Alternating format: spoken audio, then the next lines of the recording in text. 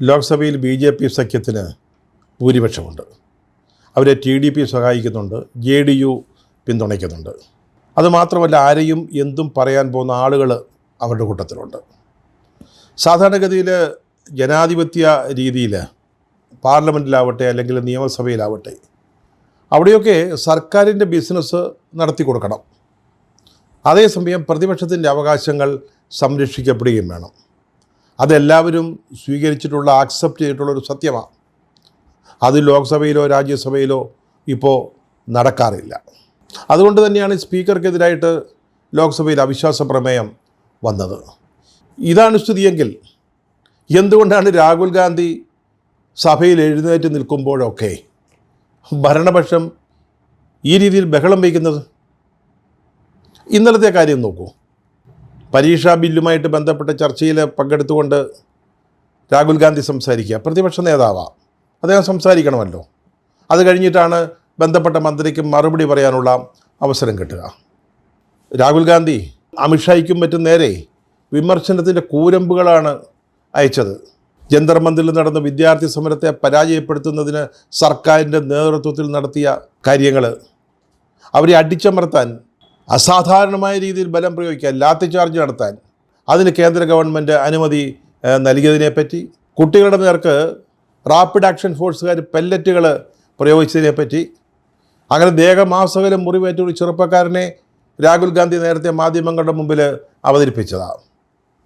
അതുപോലെ പെൺകുട്ടികളോട് വളരെ മോശമായിട്ട് പെരുമാറിയ പോലീസ് ഉദ്യോഗസ്ഥന്മാർ, ലൈംഗികമായ ആക്രമണ സ്വഭാവത്തോടുകൂടി പെരുമാറിയവർ.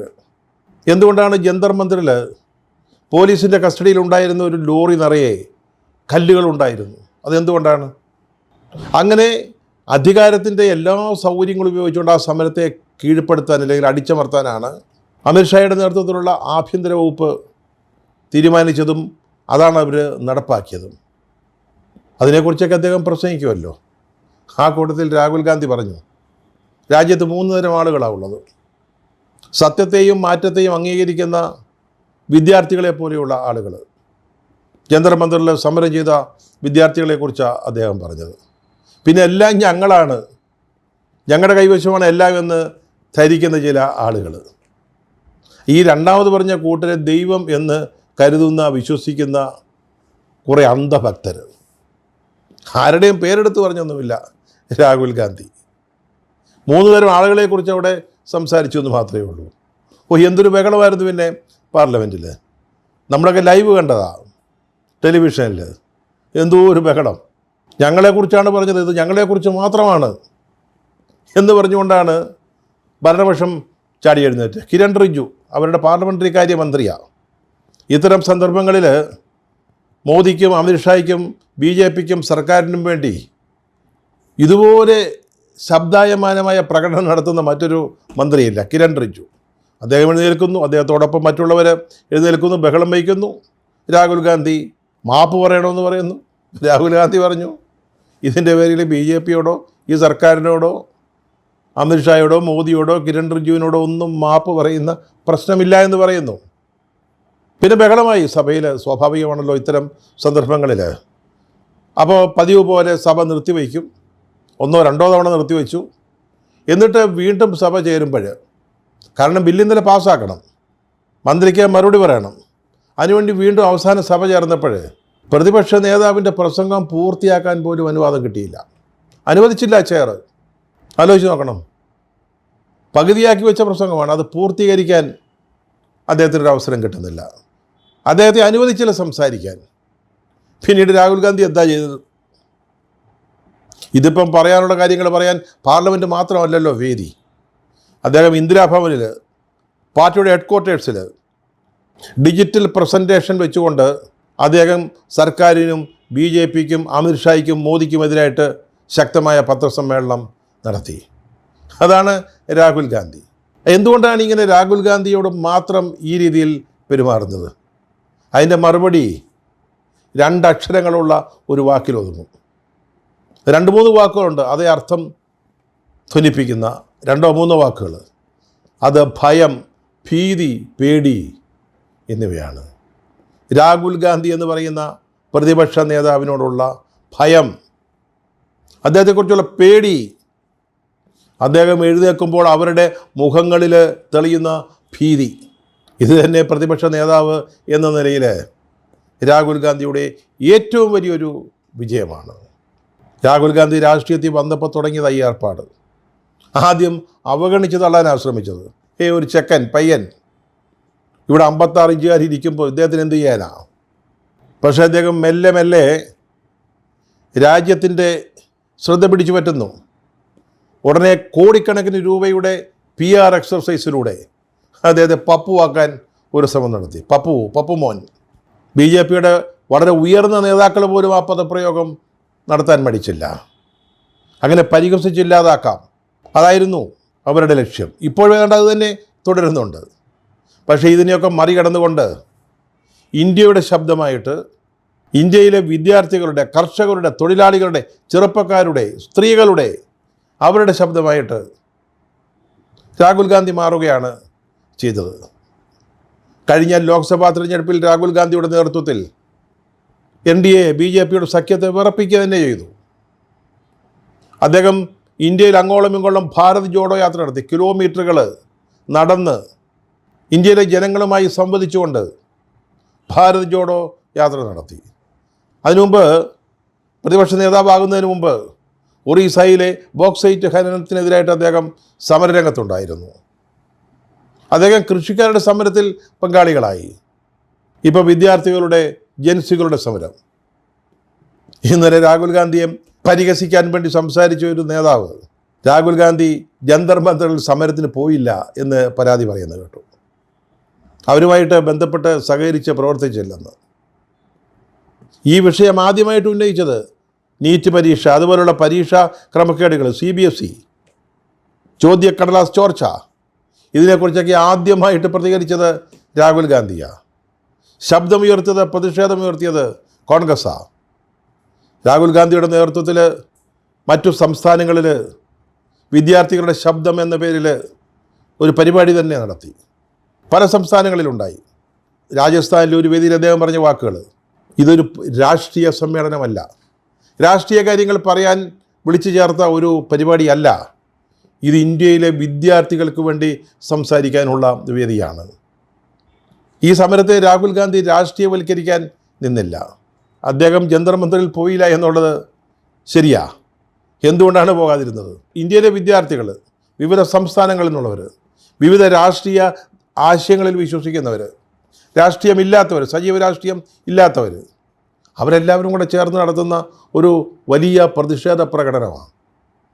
വിദ്യാഭ്യാസ മന്ത്രിയുടെ രാജിക്ക് വേണ്ടി നടത്തുന്ന വലിയൊരു പ്രക്ഷോഭമാണ്. അതിൽ രാഷ്ട്രീയം കലർത്തരുതെന്നാണ് രാഹുൽ ഗാന്ധി ആഗ്രഹിച്ചത്. അതുകൊണ്ടാണ് പോകാതിരുന്നത്. അതേസമയം വിദ്യാർത്ഥികളുടെ സമരത്തിന് സമാന്തരമായി കോൺഗ്രസ് MPമാരെ നയിച്ചുകൊണ്ട് അദ്ദേഹം പ്രധാനമന്ത്രിയുടെ വസതിയുടെ മുമ്പിലേക്ക് നീങ്ങി. വലിയ സുരക്ഷാ സംവിധാനങ്ങളുടെ ഒരു സ്ഥലമാണ്, കടന്നു ചെല്ലാൻ പറ്റാത്ത ഇടമാണ്. രാഹുൽ ഗാന്ധിയും പ്രിയങ്ക ഗാന്ധിയും കോൺഗ്രസ് MPമാരെ അവിടേക്ക് നയിച്ചു. അവിടെ പ്രതിഷേധ പ്രകടനം നടത്തി.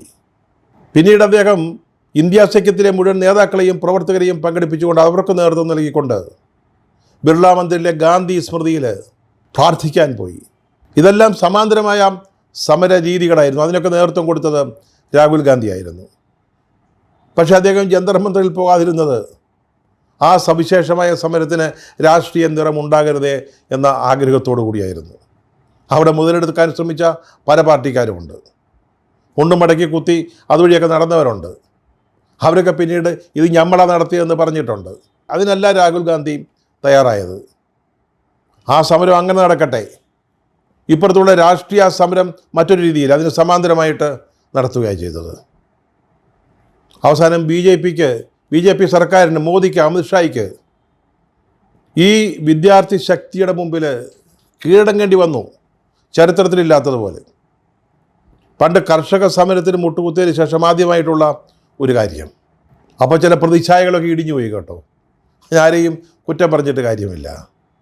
ആർക്കും കീഴടങ്ങാത്ത ആൾ, ദൈവം, കരുതലിൻ്റെ ആൾരൂപം, രക്ഷകൻ മുതലായ പ്രതിച്ഛായകളൊക്കെ ഇടിഞ്ഞ് തകർന്നു വീണു.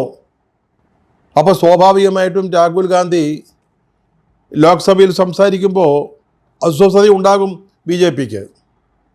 അവർ പരിഭ്രാന്തരാകും, പേടിക്കും. ജന്തർ മന്ദറിലെ വിദ്യാർത്ഥികളുടെ വിജയം, ഇന്ത്യയിലെ പ്രതിപക്ഷം അത് ഏറ്റെടുത്തത്, അതിന് സമാന്തരമായി സമരങ്ങൾ സംഘടിപ്പിച്ചത്, അതിൻ്റെയൊക്കെ വിജയം ഇന്ത്യയിൽ നരേന്ദ്രമോദിയുടെ ഈ അപ്രമാദിത്യം തകർന്നു വീഴാൻ പോകുന്നതിന് തുടക്കമായിട്ട് പലരും കണ്ടു. അപ്പോൾ പേടിക്കുമല്ലോ അല്ലേ? അപ്പോൾ ആരെയാണ് പേടിക്കേണ്ടത്? രാഹുൽ ഗാന്ധിയെ പേടിക്കണമല്ലോ. ജനങ്ങളുടെ ഇടയിലേക്ക് ഇറങ്ങി ചെന്നുകൊണ്ടാണ് രാഹുൽ ഗാന്ധി ബി ജെ പിക്കെതിരായിട്ടുള്ള, സംഘപരിവാരത്തിനെതിരായി അല്ലെങ്കിൽ മോദി സർക്കാരിനെതിരായിട്ടുള്ള സമരം നയിക്കുന്നത്. ജനങ്ങളുടെ ഭാഷയിലാണ് അദ്ദേഹം സംസാരിക്കുന്നത്, അല്ലാതെ ടെലിപ്രോംപ്റ്റർ നോക്കിയിട്ട് പ്രസംഗം അഭിനയിക്കുകയല്ല. അതല്ല അദ്ദേഹത്തിൻ്റെ രീതി. ജനങ്ങൾക്ക് വേണ്ടിയാണ് സംസാരിക്കുന്നത്, അല്ലാതെ ഇന്ത്യയിലെ ഏറ്റവും വലിയ കോടീശ്വരന്മാർക്ക് വേണ്ടിയല്ല, അവരുടെ താല്പര്യങ്ങൾ സംരക്ഷിക്കാൻ വേണ്ടിയല്ല. വിദ്യാർത്ഥികളുടെയും ചെറുപ്പക്കാരുടെയും സ്ത്രീകളുടെയും തൊഴിലാളികളുടെയും കർഷകരുടെയും ഒക്കെ താല്പര്യത്തിന് വേണ്ടിയാണ് നിലകൊള്ളുന്നത്. അല്ലാതെ പ്രതിപക്ഷത്തിരിക്കുന്ന പാർട്ടികളെ പണത്തിൻ്റെ ബലം ഉപയോഗിച്ച്, നോട്ടുകെട്ടുകൾ കാണിച്ച്, അവരെ ഭിന്നിപ്പിച്ച് ഭൂരിപക്ഷമുണ്ടാക്കാനോ അല്ലെങ്കിൽ 3-2 ഭൂരിപക്ഷമുണ്ടാക്കാനോ ശ്രമിച്ചിട്ടല്ല അദ്ദേഹം ഇന്ത്യയുടെ നായകനായി, നേതാവായി ഇപ്പോൾ നിൽക്കുന്നത്. അതുമാത്രമല്ല, ഈ പരിഹാസങ്ങളോ അല്ലെങ്കിൽ നിന്ദയോ വിമർശനങ്ങളോ കണ്ടാൽ അതിൽ വാടിപ്പോകുന്ന ഒരാളല്ല രാഹുൽ ഗാന്ധി. അദ്ദേഹം രാഷ്ട്രീയത്തിൽ ഇറങ്ങിയ കാലം മുതൽ അദ്ദേഹം ഇതൊക്കെ നേരിട്ട് തന്നെ വന്നതാണ്. അദ്ദേഹത്തിൻ്റെ ഓരോ വാക്കുകളും പ്രവൃത്തികളും, ഇനി അദ്ദേഹത്തിൻ്റെ നിശബ്ദത പോലും, അദ്ദേഹത്തിൻ്റെ യാത്രകൾ, അദ്ദേഹത്തിൻ്റെ പൊളിറ്റിക്കൽ ക്യാമ്പയിൻസ്, ഇതെല്ലാം ബി ജെ പി പരിഹാസത്തിൻ്റെ വിഷയമാക്കി മാറ്റിയതാണ്. പക്ഷേ അതിലൊന്നും പരാജയപ്പെട്ട് മാറി നിൽക്കുന്ന ഒരാളല്ല ഇന്ത്യയുടെ പ്രതിപക്ഷ നേതാവ്. അത് പാരമ്പര്യത്തിൻ്റെ പ്രത്യേകതയാണ്. ഈ പാരമ്പര്യം എന്ന് പറഞ്ഞാൽ അദ്ദേഹത്തിൻ്റെ കുടുംബത്തിന് മാത്രമുള്ളതല്ല കേട്ടോ. അദ്ദേഹം അടങ്ങുന്ന പാർട്ടിയുടെ ഒരു വലിയ പാരമ്പര്യമുണ്ട്. എത്രയോ വർഷം ഇന്ത്യയുടെ സ്വാതന്ത്ര്യ സമരത്തിന് നേതൃത്വം കൊടുത്ത പാർട്ടിയാണ്. ഈ കാലത്ത് ഒരിക്കലും ഒരു നേതാവ് പോലും ബ്രിട്ടീഷുകാരൻ്റെ ഷൂ നക്കാൻ പോയിട്ടില്ല, അല്ലെങ്കിൽ അവർക്ക് മാപ്പപേക്ഷ എഴുതി കൊടുത്ത് ജയിലിൽ നിന്ന് മോചനം നേടാൻ ശ്രമിച്ചിട്ടില്ല. അതാണ് പാരമ്പര്യം. പോരാടി നിന്ന പാരമ്പര്യമാണ്. ഒരിക്കലും കീഴടങ്ങിയിട്ടില്ല, ഒരിക്കലും ഒത്തുതീർപ്പുകൾക്ക് വഴങ്ങിയിട്ടില്ല. രാഹുലിൻ്റെ അച്ഛൻ്റെ മുത്തച്ഛൻ പണ്ഡിറ്റ് ജവഹർലാൽ നെഹ്റു 3259 ദിവസങ്ങളാണ് ബ്രിട്ടീഷുകാരൻ്റെ ജയിലിൽ കഴിഞ്ഞത്. അതുപോലെ മഹാത്മാഗാന്ധി 2338 ദിവസങ്ങൾ അഴികൾക്കുള്ളിലായിരുന്നു. അപ്പോഴൊന്നും ഇവരാരും മാപ്പപേക്ഷ എഴുതി കൊടുത്ത് രക്ഷപ്പെടാൻ ശ്രമിച്ചിട്ടില്ല, രക്ഷപ്പെട്ടിട്ടില്ല. അവർ ഇന്ത്യയുടെ സ്വാതന്ത്ര്യ സമരത്തിന് വേണ്ടി പോരാടിയ ആളുകളാണ്, യുദ്ധം ചെയ്തവരാ, അല്ലാതെ ബാങ്ക് കൊള്ളയടിച്ചിട്ട് ജയിലിൽ പോയ ആളുകളല്ല, അല്ലെങ്കിൽ ഏതെങ്കിലും ആരാധനാലയങ്ങൾ വെട്ടിപ്പൊളിച്ചിട്ട് തടവറയിലേക്ക് പോയവരല്ല. രാജ്യത്തിൻ്റെ സ്വാതന്ത്ര്യത്തിന് വേണ്ടി പോരാടിയിട്ട് ജയിലിൽ പോയവരാ. രാഹുൽ ഗാന്ധിയുടെ കുടുംബം, ആ ഒരു കുടുംബത്തിലെ 3 തലമുറ മുഴുവൻ ഇന്ത്യൻ സ്വാതന്ത്ര്യ സമരത്തിന് വേണ്ടി പോരാടിയവരാ. രാഹുൽ ഗാന്ധിയുടെ മുത്തശ്ശി, അച്ഛൻ രാജ്യത്തിന് വേണ്ടി ബലിദാനികളായവരാ. ചെറുപ്പത്തിലെ ആ പ്രത്യേക സാഹചര്യത്തിൽ വീട്ടിലെ തടവറകളിൽ കഴിഞ്ഞവരാ. സ്കൂളുകളിൽ പോയി പഠിക്കാനുള്ള സാഹചര്യങ്ങൾ പോലും രാഹുൽ ഗാന്ധിക്കും പ്രിയങ്ക ഗാന്ധിക്കും ഉണ്ടായിട്ടില്ല. മറ്റാരെങ്കിലും ആയിരുന്നെങ്കിൽ ഈ ഭയപ്പാടിൻ്റെ സാഹചര്യത്തിൽ ഒരുപക്ഷെ ഇന്ത്യ വിട്ട് ഏതെങ്കിലും സുരക്ഷിതമായ സ്ഥലങ്ങളിൽ പോയി ജീവിക്കുമായിരുന്നു. ഈ മാപ്പപേക്ഷ എഴുതി കൊടുത്തവരുടെ പിന്മുറക്കാരായിരുന്നെങ്കിൽ അതാണ് ചെയ്യുമായിരുന്നത്. രാഹുൽ ഗാന്ധിയും പ്രിയങ്ക ഗാന്ധിയൊന്നും ഓടിപ്പോകാൻ നോക്കിയില്ല. രാജീവ് ഗാന്ധിയുടെ രക്തസാക്ഷിത്വത്തിന് ശേഷവും സോണിയാഗാന്ധിയും പിന്നീട് രാഹുൽ ഗാന്ധിയും പ്രിയങ്കയും ഇന്ത്യക്ക് നേതൃത്വം കൊടുക്കാൻ, കോൺഗ്രസ് പാർട്ടിക്ക് നേതൃത്വം കൊടുക്കാൻ യാതൊരു ഭീതിയും പേടിയും ഭയവും കൂടാതെ വന്നവരാ. അവരെയൊന്നും പേടിപ്പിക്കാൻ ശ്രമിക്കരുത്. ഈ വക പരിഹാസം കൊണ്ട് അല്ലെങ്കിൽ ഒച്ചപ്പാടുകൾ കൊണ്ട്, മാപ്പ് പറയണമെന്ന് ആവശ്യപ്പെട്ടുകൊണ്ട് അദ്ദേഹത്തെ പേടിപ്പിക്കാനൊന്നും ശ്രമിക്കരുത്. അത് മേളപ്രമാണിയുടെ പിള്ളേരെ ഉടുക്കുകൂട്ടി പേടിപ്പിക്കാൻ ശ്രമിക്കുന്നതിന് തുല്യമായിരിക്കും. രാഹുൽ ഗാന്ധി പ്രദർശിപ്പിക്കുന്നത് ബി ജെ പിക്കെതിരെ, മോദിക്കെതിരെ, സംഘപരിവാര ശക്തികൾക്കെതിരെ പ്രകടിപ്പിക്കുന്നത് വിശദീകരണം ആവശ്യമില്ലാത്ത ധീരതയാണ്. അത് നേരത്തെ പറഞ്ഞ ഭയം, ഭീതി, പേടി എന്നിവയുടെ എതിർഭാഗത്ത് നിൽക്കുന്നതാണ് ഈ ധീരത എന്ന് പറയുന്നത്. അദ്ദേഹം ജനങ്ങൾക്ക് വേണ്ടി ഇന്ത്യക്കാർക്ക് വേണ്ടിയാണ് ശബ്ദിക്കുന്നത്. അല്ലാതെ അമേരിക്കയുടെ വ്യവസായ താല്പര്യങ്ങൾ, വാണിജ്യ താല്പര്യങ്ങൾ സംരക്ഷിക്കാനല്ല. അതാണ് രാഹുൽ ഗാന്ധി.